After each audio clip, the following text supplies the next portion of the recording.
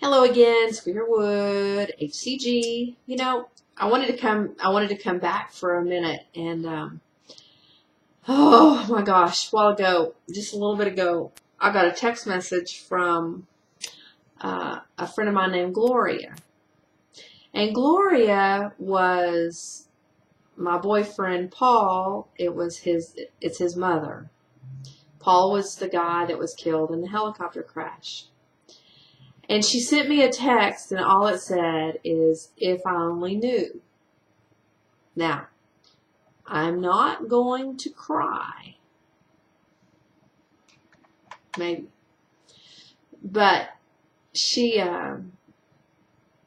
I thought that it wouldn't bother me today because, it's 9 years. 9 years. I'm happily married. My husband's wonderful. So why would it bother me to hear if I only knew? So I want to tell you a little part of that.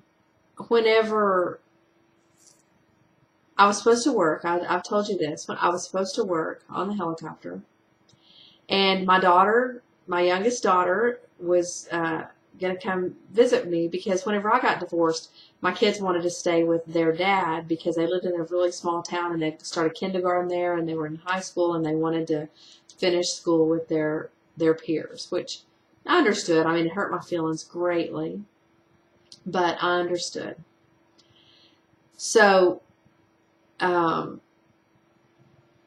daughter was coming to visit me, and I was supposed to be working, and Paul said, "Let me work for you." And I said, "No, no, no, I'll work." And he said, "No, I'll work for you."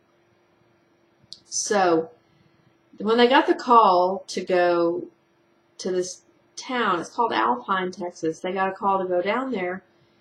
He called me. It was about between 12:30 and 1 o'clock in the morning, and said, we have to go to Alpine and pick up that. And they'd been down for weather for a long time. And so they went ahead and went down there, and whenever they were flying back, about the last, the last that they'd heard from them was about 3:30 in the morning. They checked on them I told you this, every 15 minutes. And so, long story,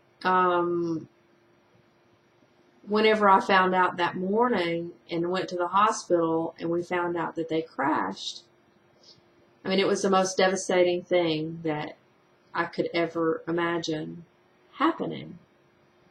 Because Paul had done a lot of things that for a long time he had cheated.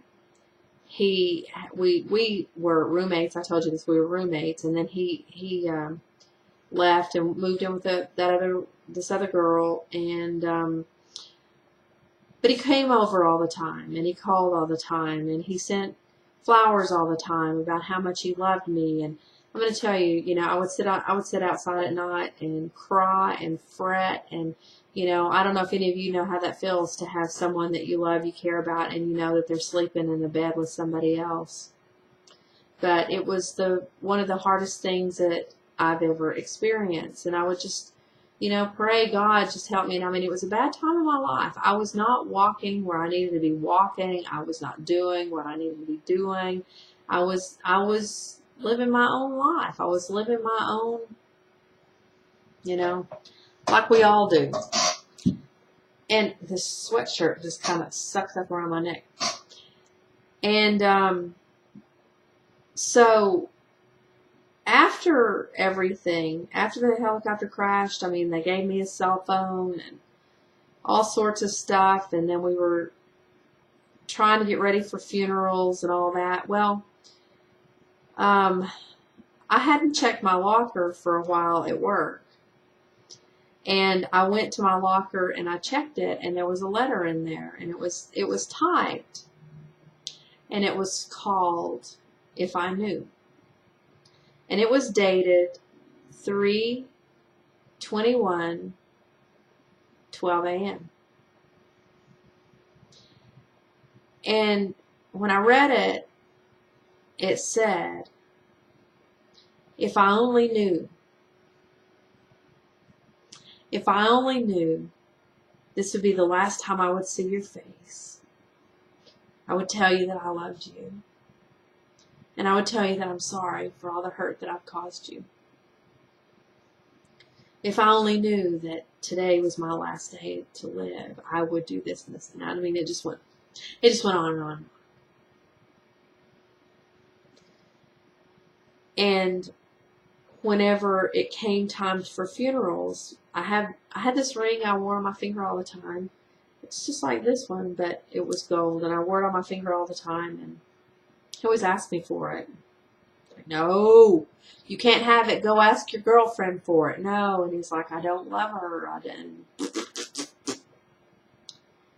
So whenever they were getting ready for his funeral, he always asked for the ring, so I went to the funeral home, and I gave it to the lady, and I asked her if she could put it on his finger. And she came to me at the funeral, and she whispered, and she said, I wanted to tell you I couldn't put on his finger, but I put it in his pocket over his heart. She said because his fingers were so broken that they wouldn't fit. And went to his funeral. It was a very long funeral.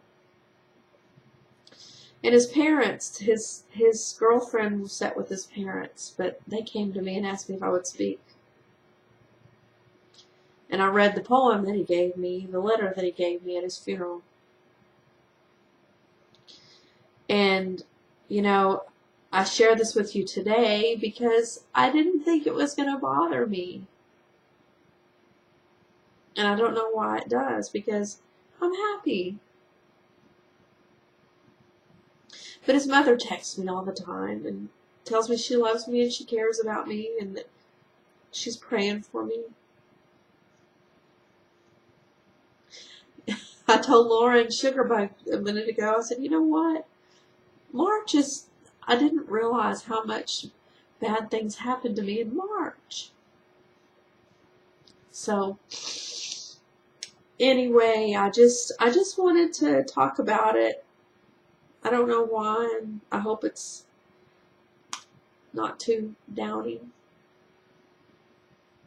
But I do know that life goes on, and I want to say that one thing that I learned out of that whole situation is, I mentioned it the other day, how important it is for the people in your life, for you to tell them that you love them, and that we take so much for granted. You know, somebody can cause hurt and pain and suffering and all of that where you just feel like you hate them with every fiber of your being. But you know what? When they're gone, you wish you could have said, I'm sorry, and I love you, and, you know, I wish things could have been different. So, I leave you today with the idea and the thought and the everything to say, you know, we have alcoholic parents. I told you my dad's incarcerated. We all make mistakes. But where is forgiveness? Where do we draw the line and say, you know what, I have to be bigger than what this situation is?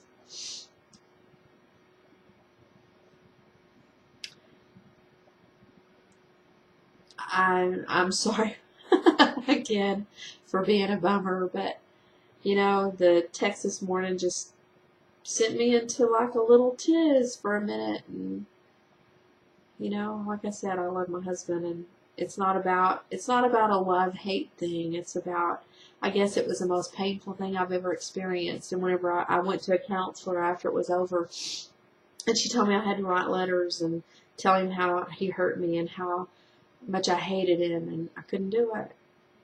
I couldn't do it.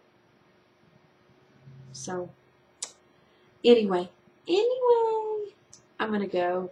Love you guys. Bye.